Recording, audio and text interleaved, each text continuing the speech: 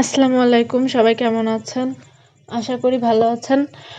আমি হঠাৎ করে বাড়িতে বেড়াতে এসেছি। তো বাড়িতে এসে আম্মু বলছিল যে, "কি রান্না করব আজকে?" পরে জিজ্ঞেস করলাম যে, "ফ্রিজে কি আছে?" আম্মু বলল যে, "গরুর ভুঁড়ি আছে। কি খাবে তুমি? কি রান্না করব?" তো পরে আমি বললাম যে, "আচ্ছা ঠিক আছে, গরুর ভুঁড়িটি রান্না করি আজকে। আর সাথে তুমি চালের আটার রুটি বানিয়ে দিবে। খুবই মজা হবে খাওয়াটি।"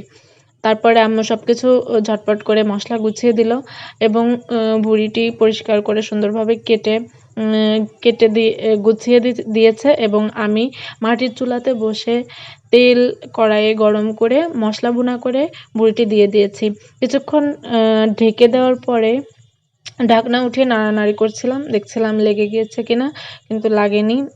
তার কিছুক্ষণ পরেই প্রায় হওয়া হওয়া ভাব এরকম সময় একটু নেড়ে দিচ্ছিলাম ঢাকনা খুলে। তো ভালো হয়েছে মনে হচ্ছে। এরপর খেয়ে দেখা যাবে আসলে কেমন হলো।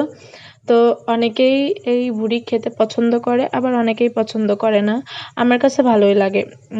গরম গরম রুটি সাথে এই ওজ রান্না। আপনাদের কেমন লাগে জানাবেন।